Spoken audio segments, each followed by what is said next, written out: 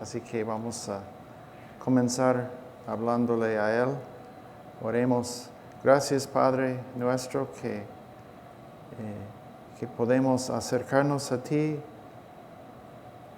Y Señor, qué grande es no tener que pensar en acercarnos a ti por nuestros méritos, sino por los de tu Hijo Jesús.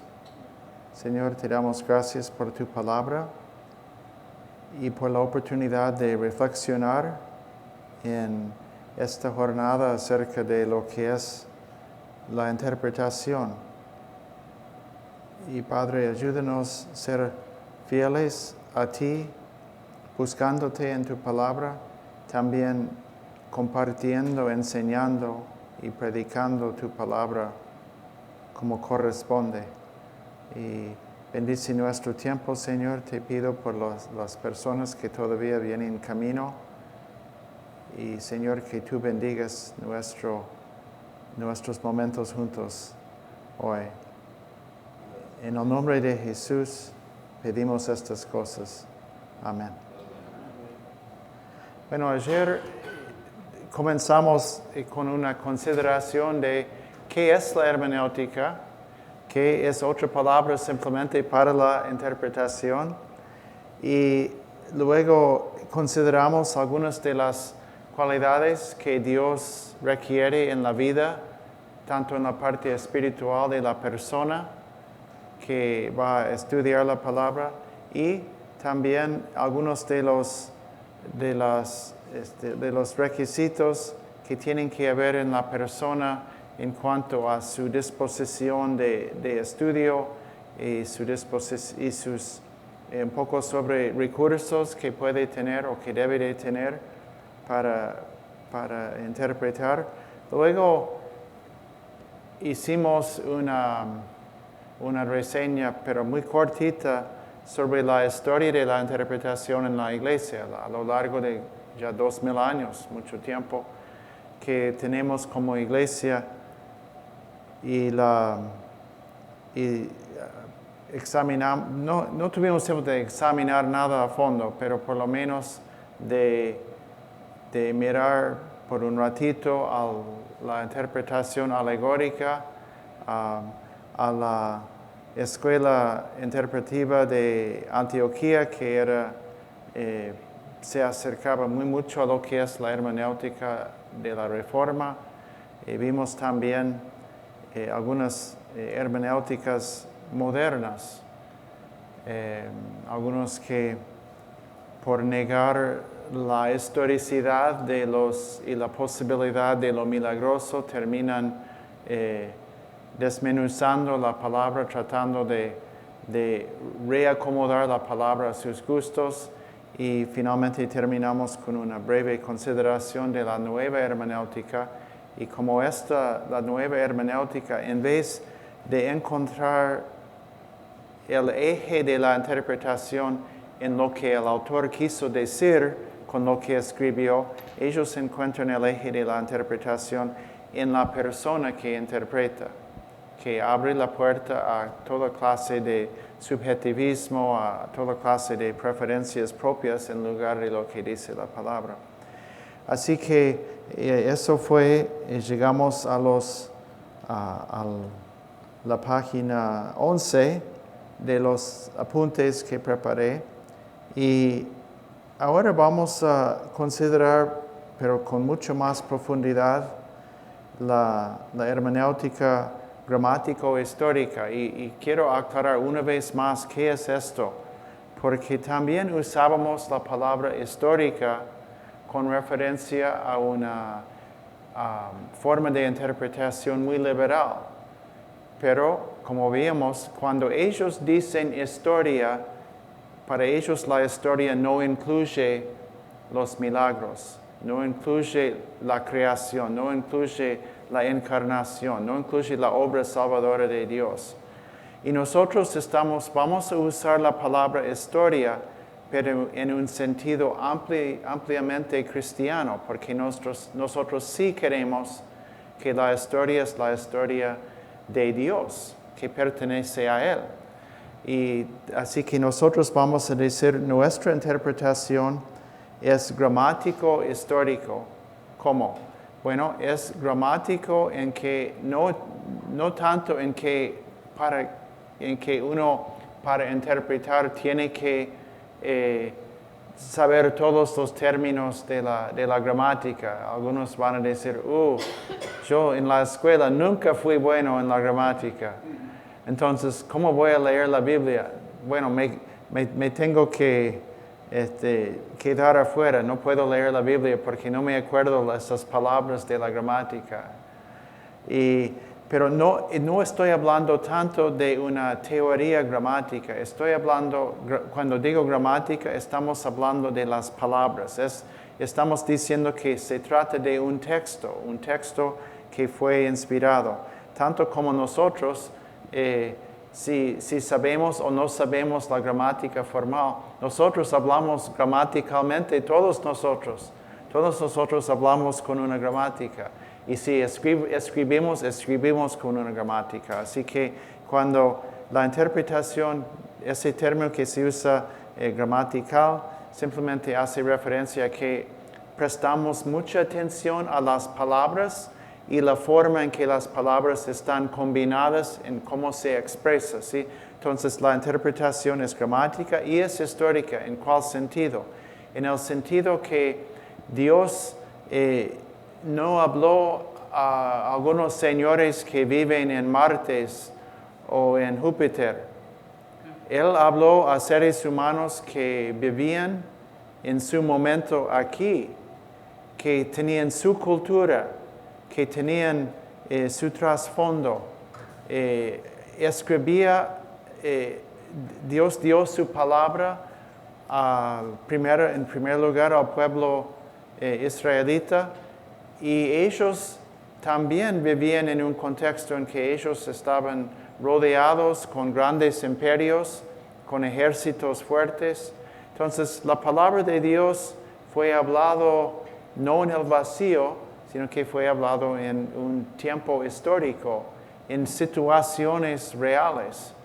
Y para nosotros, cuando nosotros interpretamos la Biblia, vamos a prestar atención a lo que dice, las palabras, la forma en que se expresa, y también dentro de lo posible, porque a veces hay cosas que no podemos saber, pero dentro de lo posible vamos a tratar de entender el mundo y el pensar y las situaciones de las personas que en el primer momento recibió la palabra de Dios.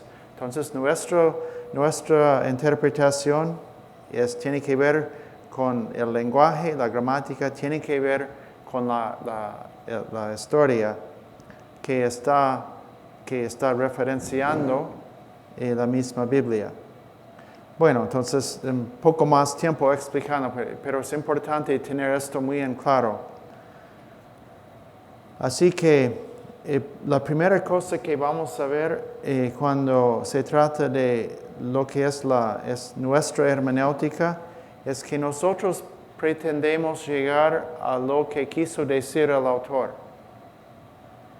¿Y cómo lo vamos a hacer? Bueno, viendo el punto 1 ahí, tomando el sentido normal y común de las palabras, tomando el sentido normal y común.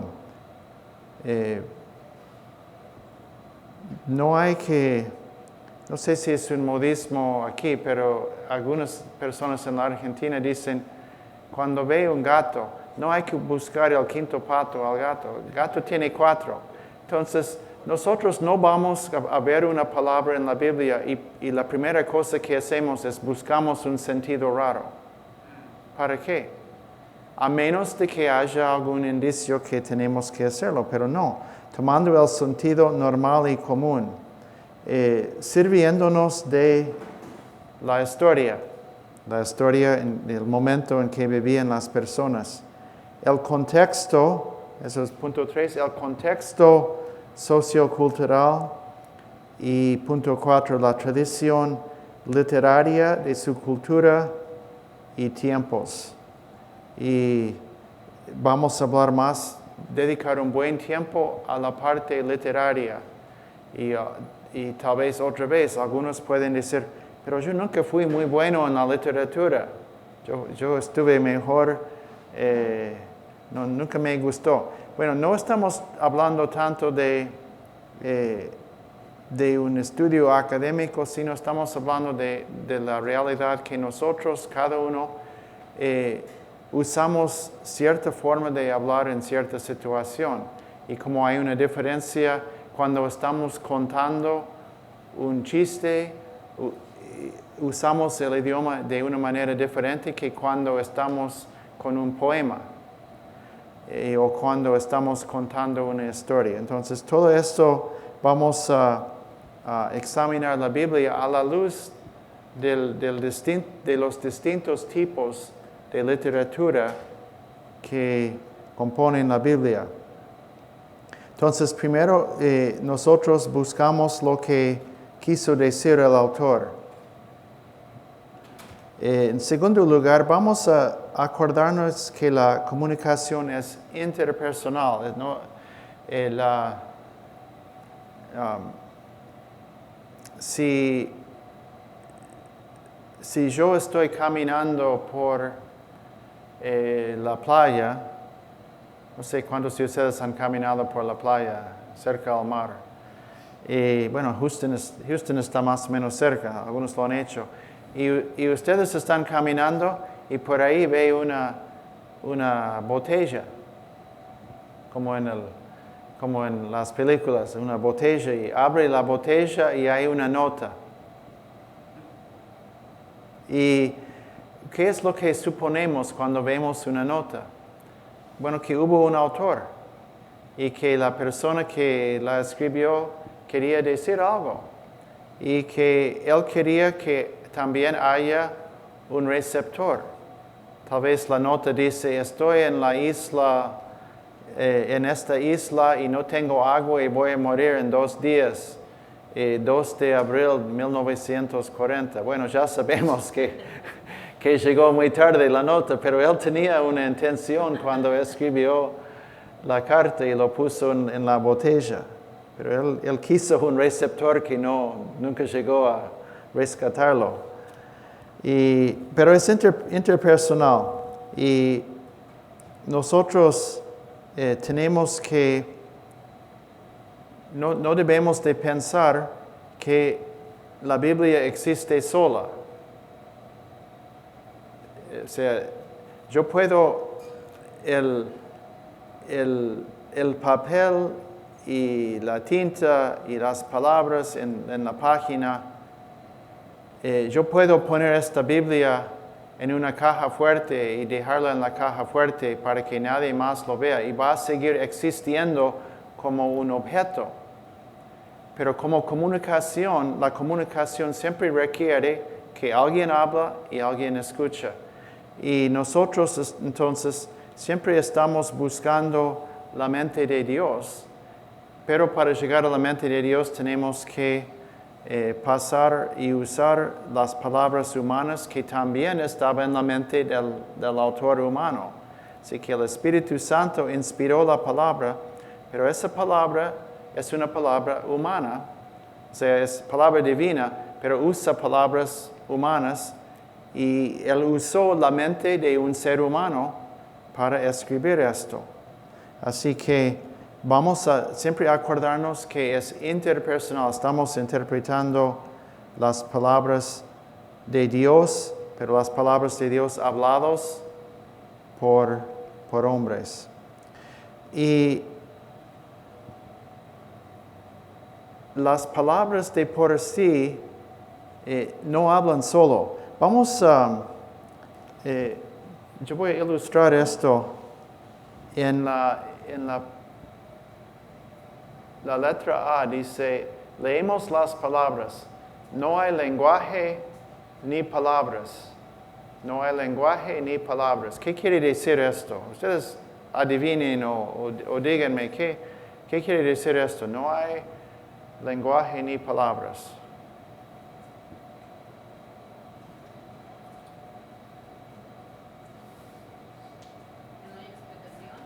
No hay No hay explicación, podría ser, ¿no? Podrías estar diciendo esto. Eso es una posibilidad. ¿Qué otra posibilidad? No hay.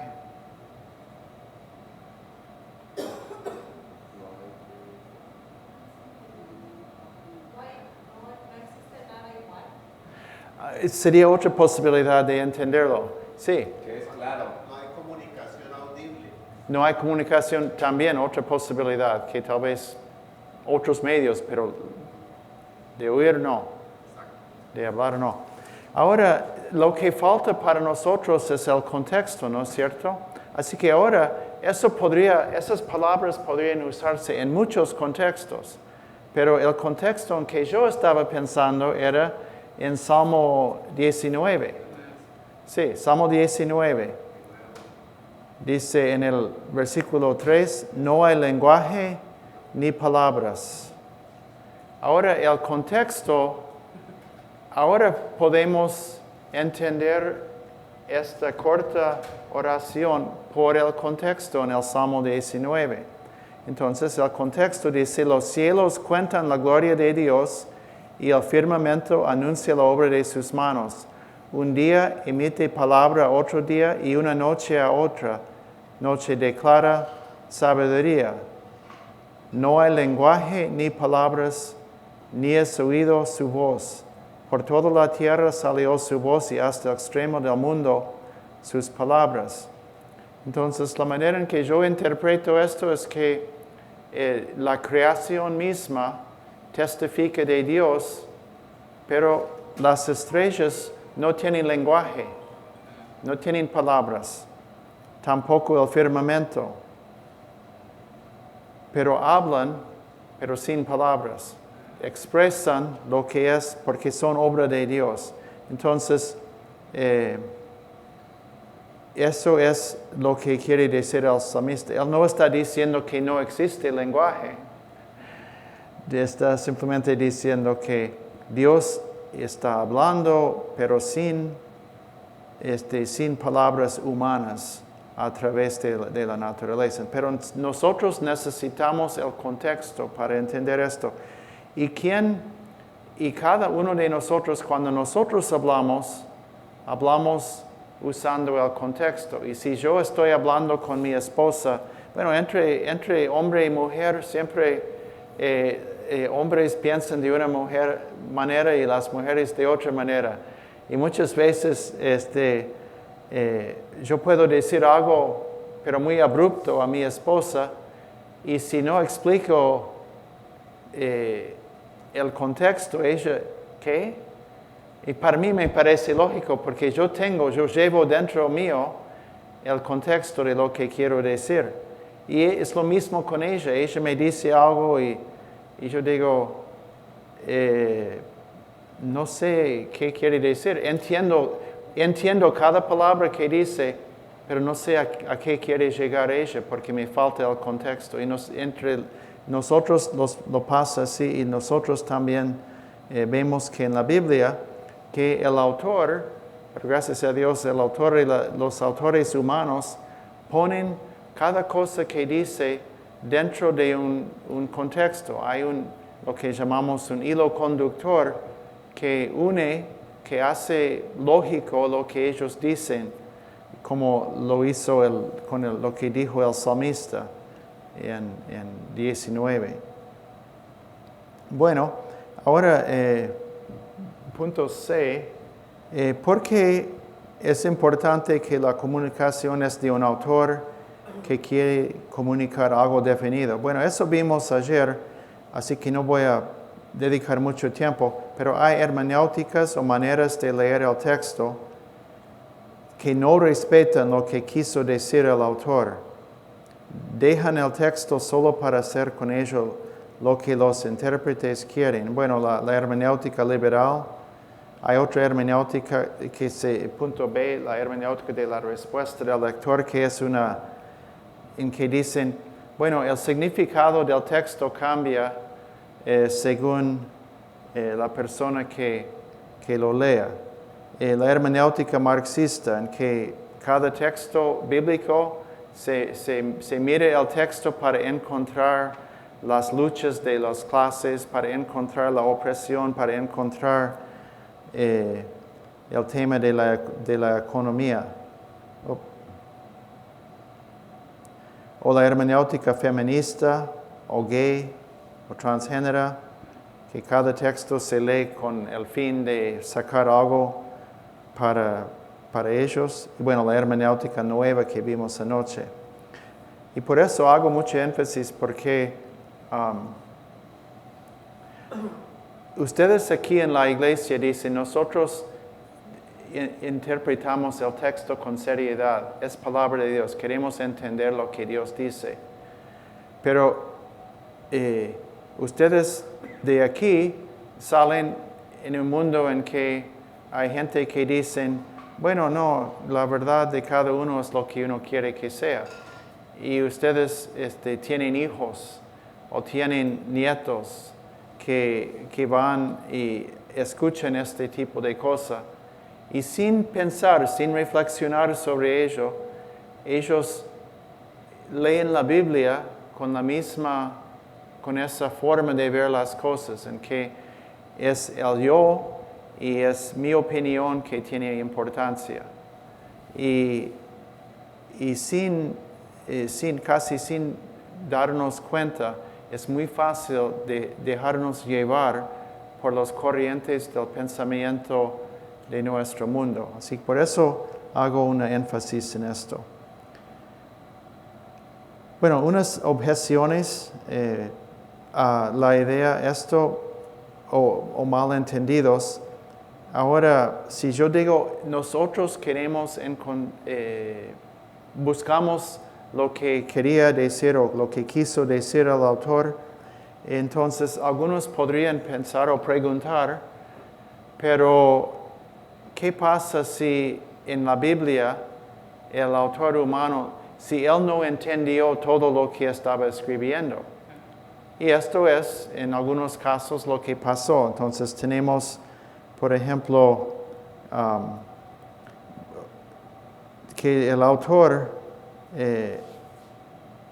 en punto A, no es omnisciente, pero él no sabe todas las cosas que podría significar lo que escribió. Pero y esto vemos en el caso voy a dar algunos ejemplos de esto. Y por el tiempo no voy a poder dedicar mucho tiempo. Pero bueno, hoy en la mesa, sobremesa, luego de comer el almuerzo, tuvimos una charla muy amena, muy interesante. Y una de las cosas de que conversamos era justamente esto, de que los mismos autores, especialmente en el Antiguo Testamento, Dios les dio profecías y cosas que solo entendían en parte, no en su totalidad. Pero inclusive en el Antiguo Testamento hay escritos en que quizás el autor ni estaba consciente que el Espíritu Santo le estaba guiando. El Espíritu Santo efectivamente lo hacía, pero el autor mismo no está recibiendo oráculos directos de Dios. Voy a dar un ejemplo. En los libros históricos, si vamos a Segundo Crónicas 12, Segunda Crónicas 12,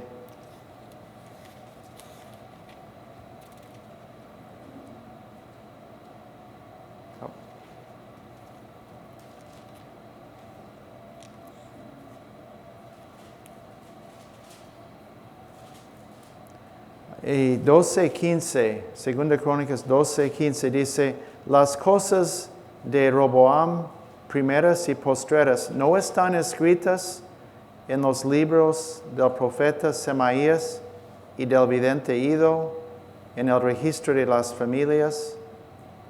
Así que él está diciendo que él, además de lo que escribió él, También hay otras cosas que seguramente él sabe que ha consultado. Tenemos también en Primera Crónicas 29, Primera Crónicas 29,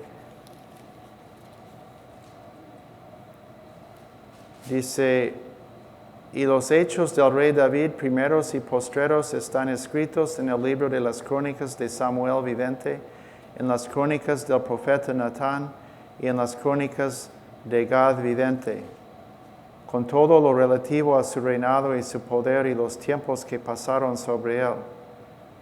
Y sigue con el mismo tono. Entonces, esos autores de Samuel, de Reyes, de Crónicas, no es que algún día ellos se sentaron debajo de una palmera y el Espíritu de Dios decía, ahora ustedes tienen que escribir tal y tal y tal. Ellos ya tenían acceso a los registros, las crónicas históricas, y ellos estaban escribiendo bajo la guía del Espíritu, eligiendo, porque ellos no simplemente copiaban, ellos eligieron los eventos sobresalientes de la historia para resaltar la obra de Dios, y el Espíritu les estaba guiando, pero el Espíritu no les estaba diciendo, ponga esta palabra y otra. O sea, si el Espíritu lo hacía, pero no lo hacía de la manera que hacía con los profetas, porque con los profetas el Espíritu les hablaba y nosotros tenemos registrado en los profetas, vino a mí palabra de Jehová diciendo. Entonces, esto es un informe directo, el Espíritu le había dicho, escriba esto y esto y esto. Y tenemos entonces los libros históricos son un caso, también los mandamientos de la ley. Por el tiempo no vamos a leer esto, pero nosotros vemos que en la ley de Moisés que el Espíritu indicaba a Moisés lo que tenía que escribir. Y tenemos muchos textos en la ley donde, bueno, podemos por lo menos ver vamos a Éxodo 21. No dejarlo en el aire, el pensamiento. Éxodo 20, verso 1. Y habló Dios todas estas palabras. Y Moisés, los 10 mandamientos y cientos de cosas más. Dios le dijo, usted tiene que escribir esto para que sepan los hijos de Israel. Así que eso fueron mandamientos de la ley. Y luego tenemos el tema de la profecía que viene en los muchos libros proféticos que Dios les indicaba de muchas formas, a veces con visiones, a veces dándoles oráculos, a veces diciendo al profeta, usted tiene que hacer una obra dramática como hizo con Ezequiel. Tiene que acostarse en un costado por tantos días y luego tiene que construir una muralla y una ciudad, y eso va a simbolizar la sitiada de Jerusalén. Y bueno, entonces Dios comunica con los profetas de muchas maneras, pero seguramente había cosas que no entendieron. Vamos a Daniel 12.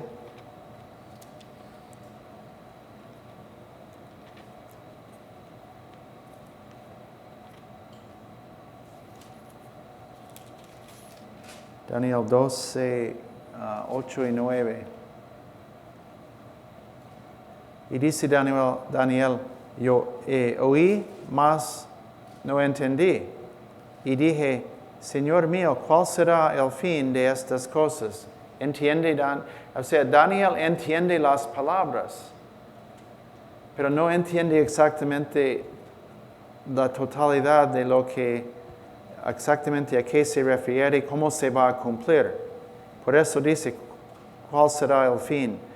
Él respondió, porque él está hablando con un ángel, anda Daniel, pues estas palabras están cerradas y selladas hasta el tiempo del fin. Está diciendo directamente Daniel, tú no vas a saber, pero vas a saber en el fin, pero ahora no lo vas a saber. Y tenemos también lo dicho por Pedro, primera carta de Pedro 1,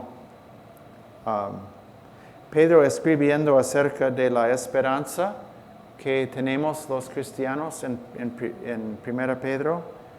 En el versículo 1:10 dice, los profetas que profetizaron de la gracia destinada a vosotros, inquirieron y diligentemente indagaron acerca de esta salvación, escudriñando qué persona y qué tiempo indicaba el Espíritu de Cristo que estaba en ellos, el cual anunciaba de antemano los sufrimientos de Cristo y las glorias que vendrían tras ellos. A estos se les reveló que no para sí mismos, sino para nosotros, administraban las cosas que ahora os son anunciadas por los que os han predicado el Evangelio por el Espíritu Santo, enviado del cielo, cosas en las cuales anhelan mirar los ángeles, hasta que los mismos ángeles tampoco entienden, pero los profetas no es que no entendían nada, entendían seguramente las palabras que decían, entendían la gramática, pero los profetas no entendieron cómo se iban a cumplir estas cosas. Los profetas no vieron el cumplimiento. Y así que, pero el hecho es que Dios se comunicó con nosotros con las palabras de ellos. Él no nos comunicó con palabras angélicas. No sé si los ángeles tienen otro idioma, no tengo idea, o cómo sería. Pero Dios no nos habló con un idioma angélico, sino que nos habló en idioma humano. Y nosotros tenemos que interpretarlo como tal. Y otra cosa que podría ser una objeción a la idea de que debemos de buscar lo que quiso decir el autor es el hecho de que los autores fueron inspirados por el Espíritu. Entonces, algunas personas piensan, bueno, podríamos simplemente obviar de la parte humana y decir, bueno, son palabras del Espíritu. Pero el hecho es que el Espíritu obra a través de los seres humanos. Y tanto como Dios se hizo hombre en Cristo, hombre plenamente Dios, plenamente hombre, también en la palabra de Dios es una palabra que comunica perfectamente lo que dice Dios, pero Dios lo comunicó a través de personas. Entonces, no debemos de poner como en un conflicto entre la parte humana y la parte divina, porque las dos, en la providencia y en la revelación de Dios, Él supo comunicarse perfectamente a través de lo humano. Así que eso es muy importante. Y hay una palabra que es una palabra que está ahí, está en letras y tal, dice sensus plenior, que viene del latín, la idea de que tenemos la palabra humana, pero también podemos leer lo que dice el autor humano a la luz de toda la Biblia. O sea, porque el Espíritu, cada autor humano escribió una parte pequeña de la Biblia. Pero lo que ellos escribieron forma parte de un todo que tiene su sentido, que tiene su lógica, que tiene su simetría, su belleza, que es toda la palabra inspirada por el Espíritu. Entonces nosotros leemos las palabras que ellos escribieron, pero podemos verlos a la luz de lo que es toda la Biblia. Y finalmente, punto 3. Si nosotros queremos entender lo que quiso decir el autor, eso diría que sería para decir que cada texto solo tiene una sola aplicación, porque quizás el autor humano estaba pensando en una aplicación del texto. Entonces nosotros tenemos que solo aplicar el texto de la misma manera. Y no, claro que no. Por ejemplo, con un texto como Filipenses 4, 6 y 7. Vamos a Filipenses 4.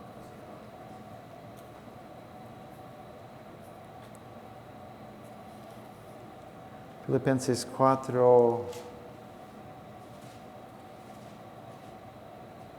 6 y 7. Por nada estéis afanosos, sino sean conocidas vuestras peticiones delante de Dios en toda oración y ruego, con acción de gracias. Y la paz de Dios, que sobrepasa todo entendimiento, guardará vuestros corazones y vuestros pensamientos en Cristo Jesús. Pablo estaba preso.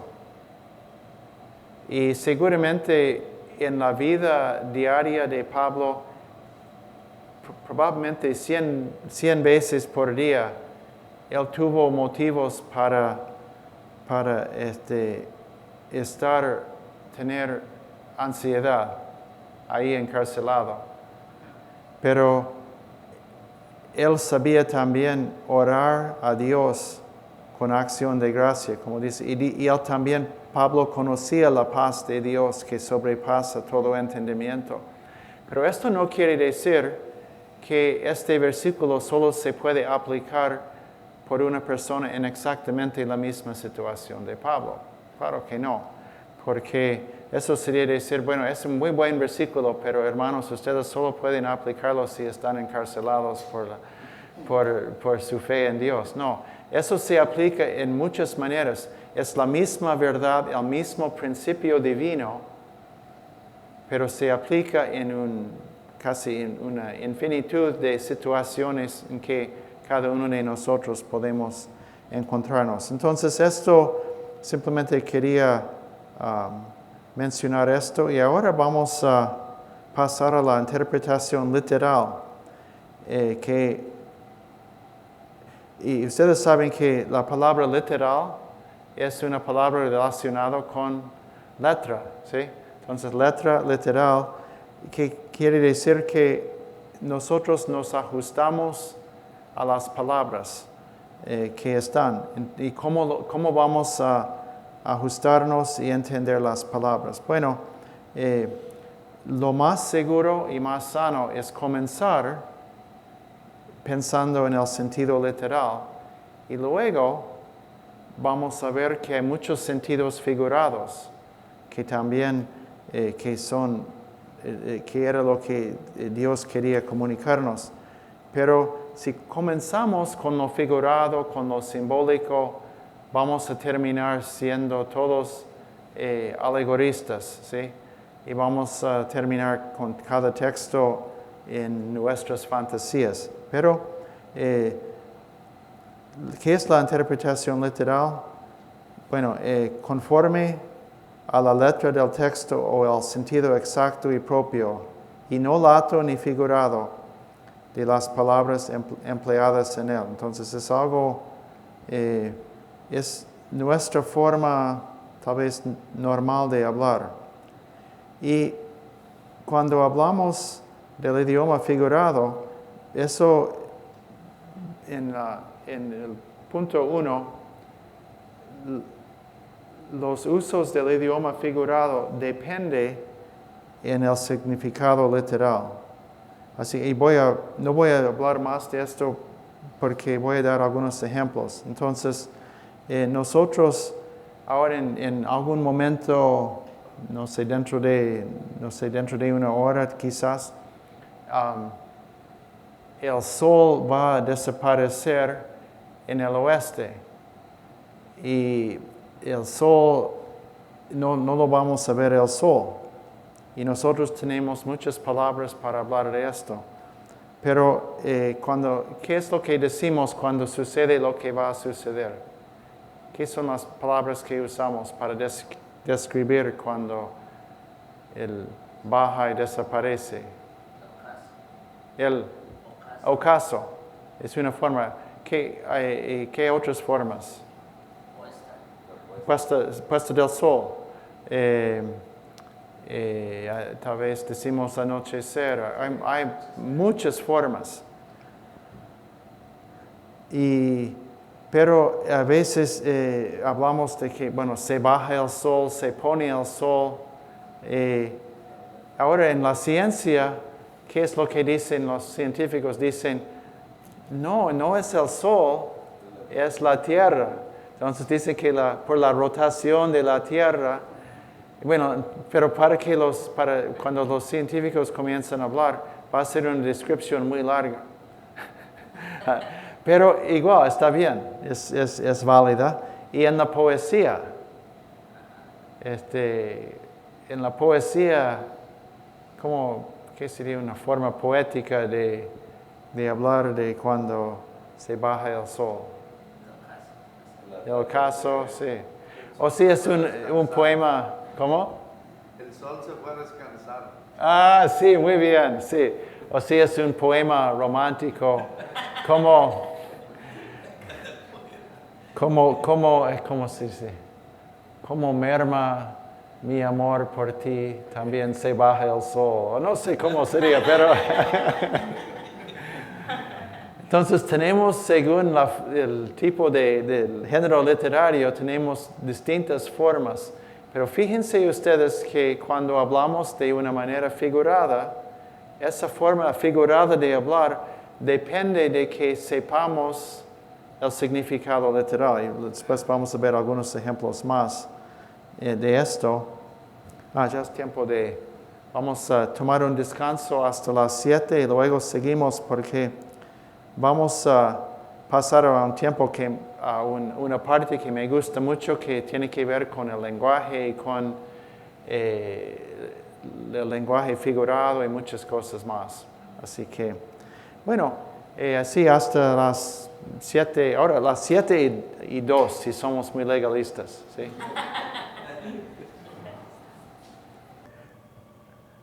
Ahora vamos a ver algunos ejemplos de que el entender las cosas que son figurativas depende de entender lo literal. Por ejemplo, la parábola del sembrador, que es un uso de la idea de sembrar, la idea de la semilla, el tema del camino por las piedras, y las cosas en la parábola para entender la parábola tenemos que entender lo que son las cosas literalmente. Lo mismo cuando el simbolismo del león, o en Apocalipsis, donde Juan ve el león como símbolo del Hijo de Dios, es también el símbolo no tendría sentido si no tuviéramos un concepto de lo que es un león. Y también el incienso como símbolo de la oración, que tiene un olor fragante, que sube, que es un buen símbolo de la oración. Así que necesitamos lo literal para tener lo figurado. Y voy a mencionar un malentendido. A veces la gente dice, no sé si ha pasado a ustedes hablando con alguien y dice, ustedes es un evangélico, usted es un cristiano, usted es llámese lo que quiere, lo que ellos llaman a nosotros. Ustedes leen la Biblia literalmente o figuradamente. Y realmente la respuesta es, leemos el texto con el fin de entender lo que quiso decir el autor. Y si él usa palabras literalmente, lo leemos literalmente. Si él usa las palabras figuradas con figuras, las palabras las interpretamos así. Así que hay lugar, el lenguaje de la Biblia es muy rica, es muy expresiva, tiene una riqueza de belleza, la manera en que los idiomas humanos están usados en la Biblia. Entonces vamos ahora a pasar a una consideración más detallado del tema del lenguaje, la parte gramática. Sí. Hermano, ¿estamos hablando sin micrófono? ¿Cómo sí? No estamos usando. Hermano, dice acerca de lo que está diciendo que citó de la parábola del sembrador y como ahorita dice de las confusiones y malas interpretaciones que hay. Me ha tocado escuchar mucho que dice, bueno, hay una parábola, hay otro texto, no una parábola, donde el apóstol dice que el que siembra escasamente, el que siembra también escasamente segará, pero la otra parábola está hablando del sembrar la semilla, sembrar dice, es algo, esa no tiene cavidad para que la usen para lo que se trata del dinero, que la usan mucho con sembrar en las ofrendas, en las iglesias. Sería un error que usen aquella parábola por su contexto, refiriéndose a lo de porque dice que puede tener otras aplicaciones, pero aquella no tiene otras aplicaciones, sino por el contexto la encierra para no usarla con otras aplicaciones. La aplicación siempre tiene que determinarse por la interpretación. Entonces, el problema con las personas que toman los textos como usted lo está comentando es que no están interpretando bien y por lo tanto su aplicación también es una desviación del sentido del texto. Porque, por ejemplo, este texto que está en 2 Corintios sobre el que siembra escasamente, segará escasamente. Hace tiempo que no leo, pero creo que está escrito en el contexto de la generosidad. Pero no sería correcto interpretar este texto a la luz de, por ejemplo, la palabra del sembrador, porque no se trata de la misma cosa. Entonces, son dos principios o dos verdades diferentes que cada uno está enseñando otra cosa, entonces aplicarlos de la misma manera no funcionaría bien. Sí, gracias por la pregunta. Entonces vamos ahora al tema del lenguaje. En el punto G vamos a hablar primero de palabras y del lenguaje figurado. Vamos a hablar también de la gramática y también un poco sobre cómo el idioma es un reflejo de la cosmovisión y la cultura. Pero vamos a comenzar con palabras y voy a hablar del estudio comparativo de palabras. Y cuando hacemos comparación de palabras, hay varias formas de hacerlo. Una de las formas es acordarnos que no todas las palabras, o sea, que la misma palabra puede tener diversos significados según su contexto. Y hay muchas equivocaciones. Las sectas son famosas en esto. Encuentran una palabra y insisten en interpretar esa palabra siempre de la misma forma, sin prestar atención al contexto de la palabra. Por ejemplo, la palabra fe, que es usado en muchas maneras. Por ejemplo, Romanos 4:5 es un uso de la palabra fe, donde dice Pablo, mas al que no obra, sino cree en aquel que justifica al impío, su fe le es contada por justicia. En este caso, cuando hablamos de fe, estamos hablando de la disposición de la persona que no busca salvación por sus méritos, sino que simplemente recibe por la fe lo que Dios le da. Entonces la fe ahí está en contraste a las obras humanas. Pero en 2 Corintios 5:7 tenemos otro uso de la palabra fe. 2 Corintios 5:7 dice, porque por fe andamos, no por vista. Ahora no estamos hablando de la fe relacionada con la justificación.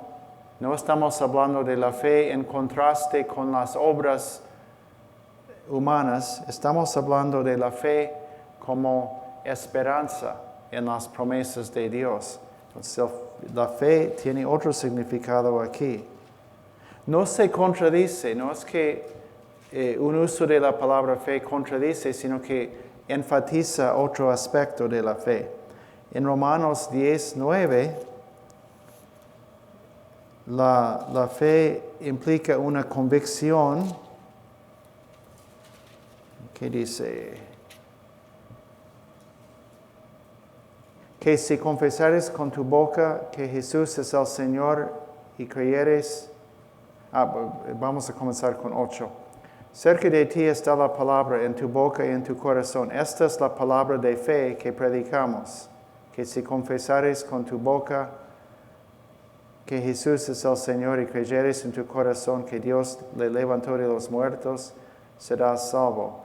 Y ahora cuando dice palabra de fe, no está hablando tanto de fe en contra de obras, sino está hablando del contenido del Evangelio. ¿Sí? Es el contenido, él está pensando en fe específicamente como lo que nosotros creemos, la fe que creemos. Y en Gálatas 1:23 tiene otro significado que dice Pablo, y dice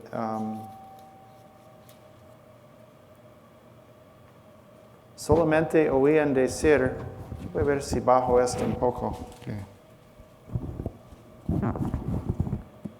Solamente oían decir, aquel que en otro tiempo nos perseguía, ahora predica la fe, que en otro tiempo asolaba. Ahí está hablando de lo que es la doctrina, la predicación cristiana.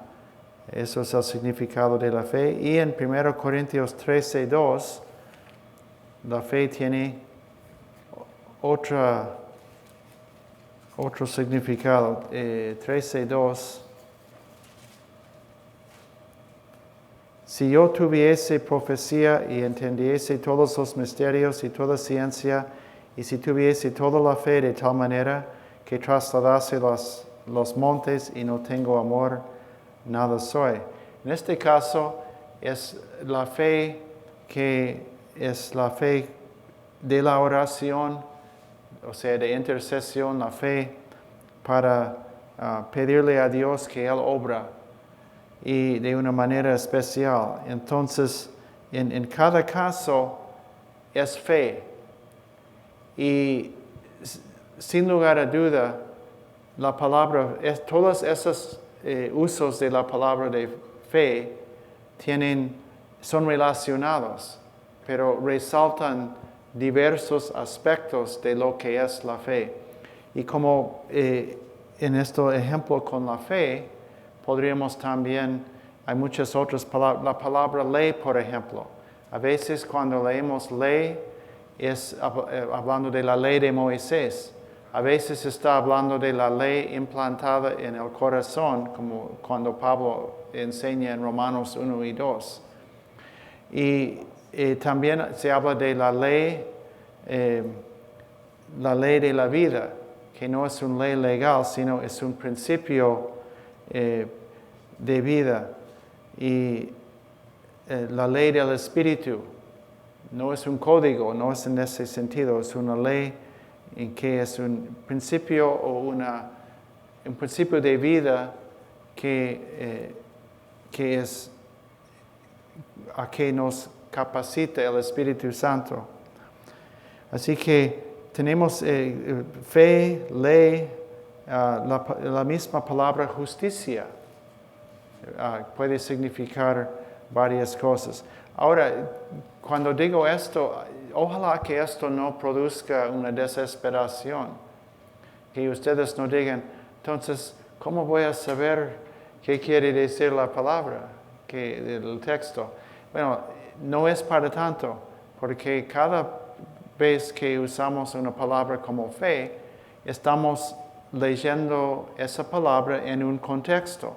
Está en un versículo y el versículo está en un párrafo, está en un pasaje. Y tenemos que buscar la mejor forma de entender esa palabra en su contexto.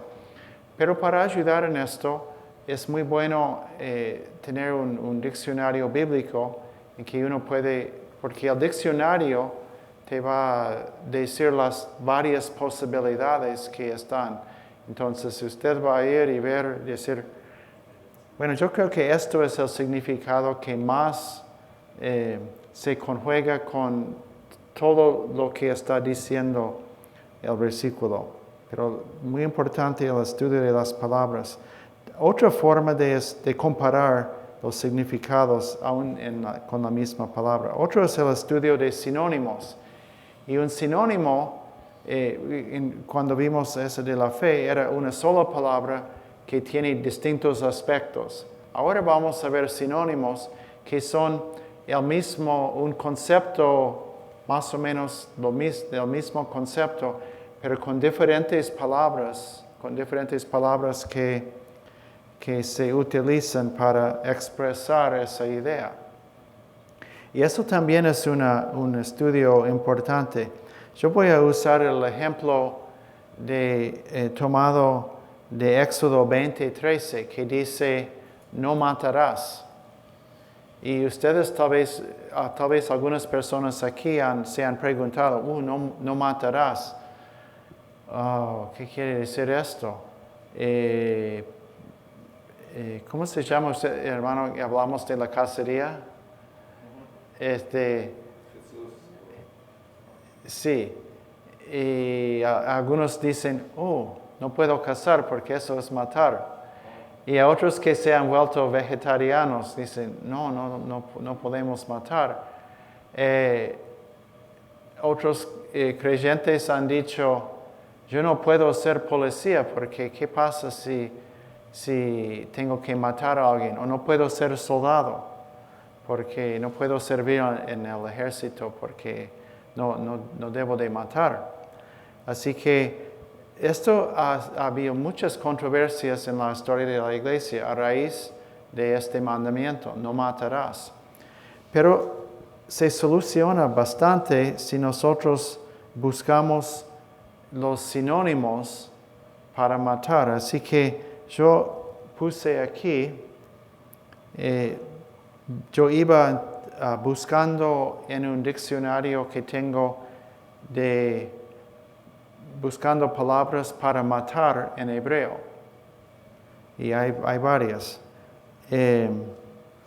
La primera es la palabra rasaj.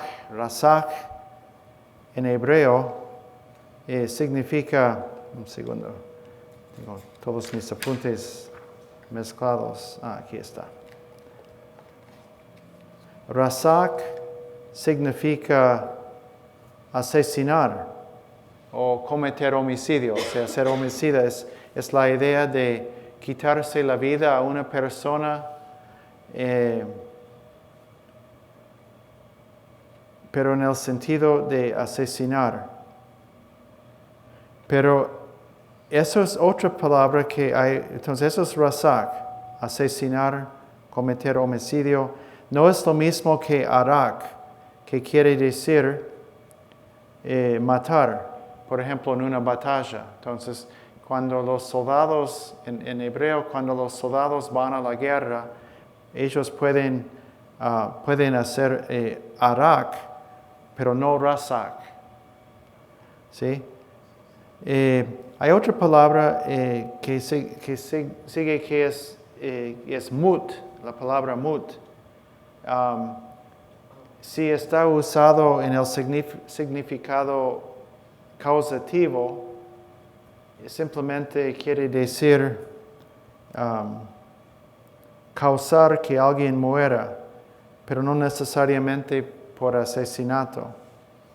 Y finalmente hay otra palabra que es sobre el final, shakat. Y shakat quiere decir matar en sacrificio o a veces masacrar. Ahora la gran pregunta, ¿cuál es el verbo que está en el mandamiento? No matarás. Bueno, es rasak, que quiere decir no debes ser homicida, no debes asesinar. Entonces no está prohibiendo matar en todos sentidos, sino está prohibido el ser homicida. Así que esto eso me ayudó bastante a mí cuando comencé a investigar esto, porque yo también, la gente me preguntaba esto. Y así que es muy valioso estudiar a fondo los sinónimos para que hablen de una cosa, la misma cosa. Otro ejemplo de esto es la variedad de términos para los pastores de la iglesia, porque tenemos la palabra pastor, tenemos la palabra en griego presbúteros, que quiere decir anciano, y tenemos la palabra episcopos, que a veces traducimos como obispo. Pero hay que prestar atención en la Biblia cuál es la palabra que se está usando. La palabra pastor tiene básicamente la idea del cuidado pastoral, como usando es símbolo o figurado tomado del pastor literal de ovejas. Y la palabra anciano de la idea de la sabiduría, de lo que viene de una persona adiestrada y una persona con años de experiencia. Y bueno, la palabra episcopos habla de la parte de la tarea pastoral que es la de administrar bien. Entonces, estos sinónimos también nos ayudan a entender la totalidad de lo que es el trabajo de esos líderes de la iglesia. Otra cosa, yo mencioné como la palabra abre panorama a la cultura. Voy a mencionar, sí, tengo tiempo de mencionar, oikos. Bueno, los chanchos dicen oink oink, pero oikos no es esto. Oikos es griego para casa, ¿sí? Y casa, literalmente, bueno, sabemos que es una casa, que tiene paredes, que tiene techo, puertas, ventanas, es una casa. Y eso fue lo mismo en los tiempos bíblicos. Pero también, cuando se usaba la palabra casa, se usaba en el sentido, en un sentido cultural. ¿Y qué era ese sentido cultural? Las personas, las familias, vamos a pensar en una casa como el lugar de una familia en la Biblia, pero si esa familia tenía esclavos o siervos, también ellos eran parte de la casa, no necesariamente bajo el mismo techo, pero la casa tenía ese sentido amplio de el entorno de la familia, no solo de los miembros biológicos, no siempre los padres e hijos, sino también las personas que trabajaban en relación de dependencia. También si esa familia tenía campos y ellos sembraban y manejaban las siembras y el ganado, entonces el manejo del ganado, la parte de contabilidad, la parte de la venta, todo lo que sostenía a la familia también tenía que ver con la casa. Así que cuando Pablo predica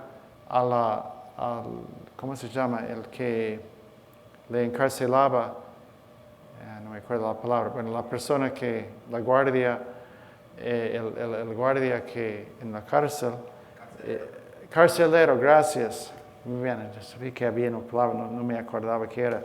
Dice, él habla de tú y tu casa, dice. Entonces, está hablando en ese sentido cultural de casa. Y también esa idea de la casa es aplicada a la iglesia. Tenemos en 1 Corintios y en Efesios se habla de la iglesia como una casa, pero eso es más amplio simplemente que una... Pablo dice en 2 Timoteo que va a saber cómo se debe de portarse en la casa de Dios. No está hablando de un edificio, sino de la iglesia como la familia. También tenemos en Números 12:7 se habla de Moisés como un hombre fiel en toda la casa de Dios. Idea que se levanta de nuevo en Hebreos, donde habla de la superioridad de Jesucristo, que fue superior a Moisés en toda su casa por el mismo motivo que quien construye la casa es mayor que la persona que maneja la casa. Entonces Moisés fuera fiel en su casa, pero la casa, ¿cuál casa fue la casa en que fue fiel Moisés? Fue la casa de Dios, quien construyó la casa de Dios. Y en Hebreos está diciendo Jesucristo, el mismo fundador de la casa, es mayor que Moisés. Pero otra vez no es la idea de la casa literal, sino la idea cultural de la familia y todo su entorno y su vida como familia. Y otra palabra que tenemos que entender en un sentido cultural es la palabra primogénito. Literalmente primogénito quiere decir el primer varón nacido a un hombre, es el primogénito. Y en algunas partes de la Biblia quiere decir esto, pero el primogénito también tiene referencia al hecho cultural en el antiguo Medio Oriente de que el hijo, el primer nacido, recibió una doble porción de la herencia. Entonces, al morir el padre, el hijo recibió una doble porción. Y yo sé, pero eso no es justo. Sí, era muy justo. ¿Por qué? Porque el primogénito no solo recibió una doble porción de la herencia, sino que recibió también la mayor responsabilidad. Entonces, muere el padre. ¿Quién cuida a la viuda? El primogénito. En aquellos días, las mujeres, las hijas solteras, tenían poca posibilidad de sostenerse económicamente. ¿Quién sostenía a sus hermanas solteras o viudas? Fue también el primogénito. ¿Quién tuvo que hacerle frente cuando hubo desafíos a la familia? ¿Quién tenía que ponerse la cara? El primogénito. Entonces, el primogénito no solo es un hecho biológico, sino que el primogénito también se refiere al papel que cumple el primogénito. Y tenemos ejemplos bíblicos. Parece que Dios quería que no perdamos de vista eso. Entonces, tenemos ejemplos desde Jacob en adelante en que la primogenitura pasa a una que no era nacido primero. Y después de Jacob tenemos el caso de Rubén, el primogénito. Pero no recibió esta por su falta de respeto hacia su padre en subir a la cama con la concubina de su padre. Entonces, esto fue el trasfondo con la cual Pablo escribe en Colosenses 1:15. Vamos a Colosenses 1:15 y 18. Colosenses 1:15. Él es la imagen del Dios invisible, el primogénito de toda creación. Versículo 18, sí. Y Él es la cabeza del cuerpo que es la iglesia. Él que es el principio, el primogénito de entre los muertos, para que en todo tenga la preeminencia. Entonces vemos a Él como primogénito de la creación. No como dicen los arianos o como los testigos de Jehová, que Él fue creado y luego, entonces Él fue así primogénito porque fue creado y después que Él creó el resto, sino por su papel de ser heredor de su Padre. Y en el versículo 18, el primogénito de entre los muertos. ¿Quién es el dueño de la inmortalidad? Por ser el primero en la resurrección. Sí. Antes que se vaya, lo primero ¿por qué es el primogénito de la creación? Me perdí tantito. Porque él es el heredero, digamos, usando ese sentido, el heredero y la cabeza de la creación. Sí, en ese sentido. Sí. Y bueno, Pablo lo apoya esa idea en el verso 16, porque en Él fueron creadas todas las cosas. Y bueno, sigue hablando de la misma manera Pablo. Así que, ¿cómo se va a saber esto? Otra vez es cosa que se puede saber en un diccionario bíblico o una enciclopedia bíblica sobre estas cosas. Y hoy día también en Internet. Bueno, vamos a seguir con otra cuestión, otra manera de ver las palabras. Eso es, en punto D, la etimología.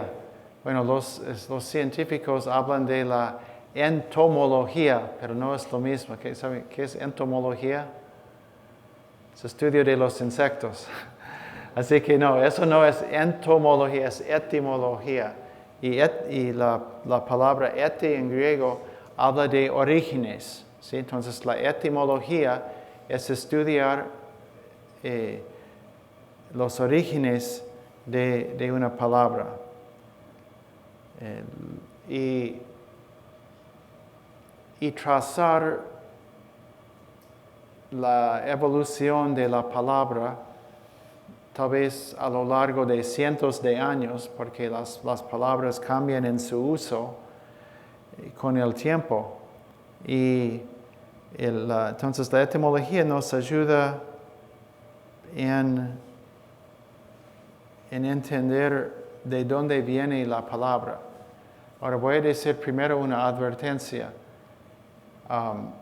Hay un mal uso de la etimología, que es decir, bueno, la palabra se usó de cierta manera 400 años antes de Cristo, así que tiene que significar lo mismo 400 años después. No necesariamente. Puede ser que sí o también que no. Pero voy a usar una palabra, la palabra logos, o que es traducido como verbo o como palabra en la Biblia.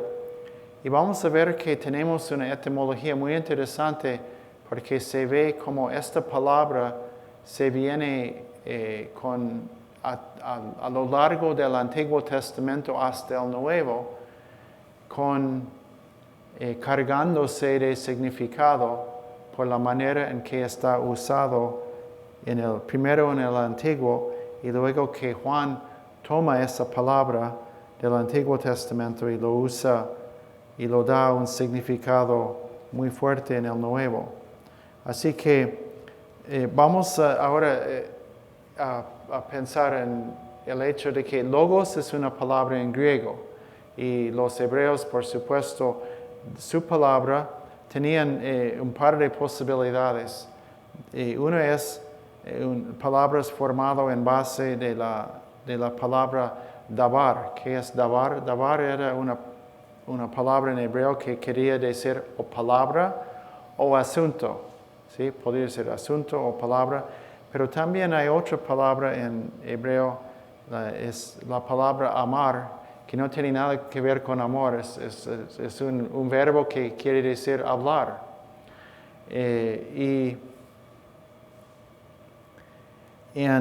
Así que ahora vamos a hacer un trabajo etimológico. Vamos a comenzar con el hecho de que Juan escribe en griego y vamos a decir logos es griego.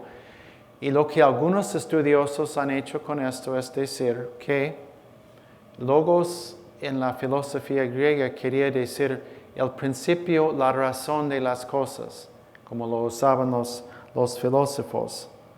Y dicen, y entonces cuando Juan habla de Jesús como el logos, está diciendo que Jesús es la razón, es el orden, es el principio de todas las cosas. Y bueno, sí, queremos que Cristo es la sabiduría de Dios, que en Él reside toda la razón, todo lo que es lógico, y que la creación refleja lo que es toda la inteligencia del Hijo, tanto como el Padre y el Espíritu. Entonces, como interpretación es posible decir, bueno, podría ser, pero vamos a tratar de ir un poco más atrás y ver que en el Antiguo Testamento, que la frase, la palabra de Dios, en el Antiguo Testamento, en los griegos esa idea de palabra de logos era más pasivo, ¿sí? Más estático. Para los hebreos, cuando ellos hablan de la palabra de Dios, es una palabra activa, es una palabra que obra.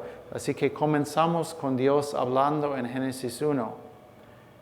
Y Jehová dice y sucedió tal cosa.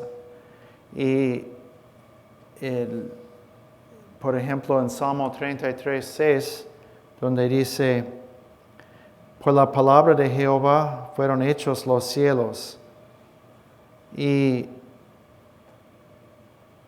eso es casi como tratar a la palabra de Dios como una persona, algo que obra, que hace cosas. Bueno, hay otros ejemplos en el Salmo 107:20 y Isaías 55:11.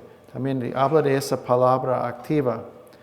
Entonces, se ha hecho estudios muy largos sobre esto, así que yo estoy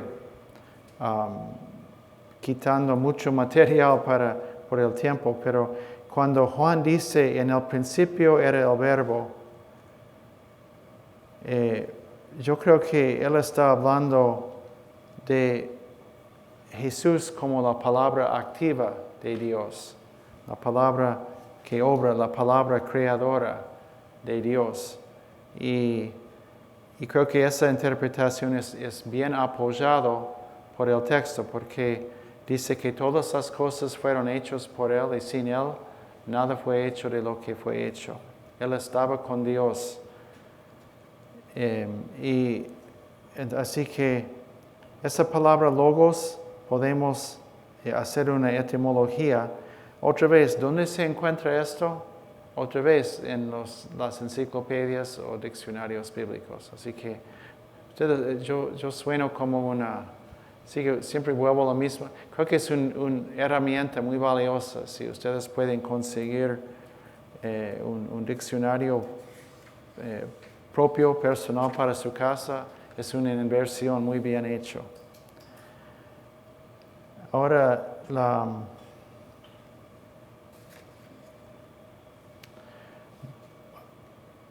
se podría decir mucho más sobre las palabras, pero por el tiempo no vamos a poder hacerlo. Pero vamos ahora a considerar un poco sobre la gramática. Yo solo voy a dar un ejemplo de cómo la gramática nos ayuda. ¿Y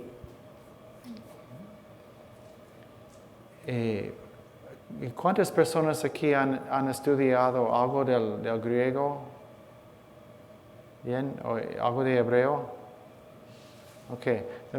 Entonces tenemos una persona, pero ese ejemplo creo que puedo hacerlo bien claro porque es un tema que ustedes entienden mejor que los que solo hablan inglés.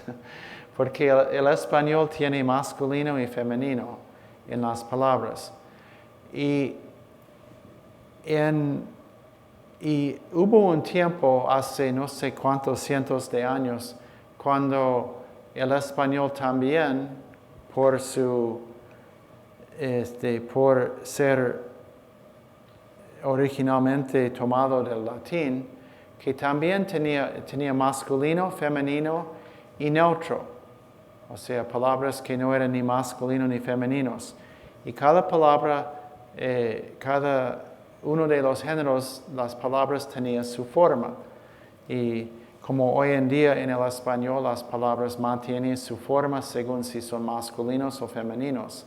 Pero también había formas de las palabras, las terminaciones según si eran en neutro también. Bueno, es lo mismo con el griego. Entonces en Juan 10:30 tenemos en griego los tres géneros, masculino, femenino y neutro.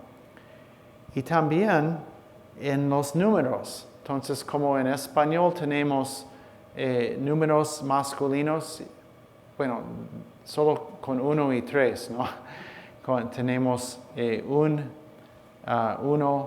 tenemos unos y unas. Entonces tenemos con el número 1 tenemos masculino y femenino, que no tenemos con 2 o 4 o 5, pero sí lo tenemos con el número 1. En el griego, todos los números tenían género, 1, 2, 3, 4, 5. Pero vamos ahora a Juan 10:30 y voy a ilustrar algo que ha sido muy interesante en la interpretación. Entonces, Juan 10:30 dice Jesús, yo y el Padre uno somos. Yo y el Padre uno somos. Ahora, ¿cuál es el género en griego de la palabra uno? Nosotros pensaríamos, tendría que ser masculino, porque es padre y es hijo. Pero en griego, el género es neutro. ¿Por qué es neutro? ¿Por qué no es masculino? Y la razón que yo no vi esto por mi propia cuenta, era algo que cuando estaba leyendo, estudiando, encontré esto. No soy tan inteligente. Pero este hermano que escribió esto realmente me impactó. Dice, se usa el neutro, ¿por qué? Porque el masculino, el número indicaría que son la misma persona. Pero si es neutro, indica que tiene una unidad de esencia. Entonces, otra vez, si hubiera escrito uno como masculino, indicaría que eran la misma persona. Yo y el Padre somos la misma persona. Pero como era neutro, entonces no era personal. El Padre y yo tenemos la misma esencia. Es interesante, es un texto que usan a veces las sectas, algunas herejías han tomado este texto, pero la misma gramática argumenta en contra de lo que enseña las sectas. Es un pequeño ejemplo hay muchos más como esto, pero y uno dice, pero si yo no sé griego, ¿qué voy a hacer? En ese caso son muy valiosos los comentarios. Entonces los comentaristas que han dominado los idiomas bíblicos pueden ayudarnos, proporcionarnos datos muy valiosos en cuanto a la interpretación del texto. Y ahora vamos a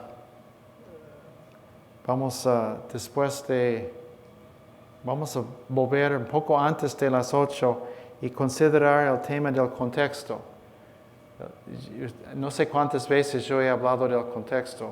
Creo que en las pocas horas he mencionado el contexto muchas veces, pero y yo sé que ustedes también hablan mucho del contexto y su importancia, pero ahora vamos a considerar también el tema del contexto en la interpretación. Así que tomamos un descanso hasta las 8.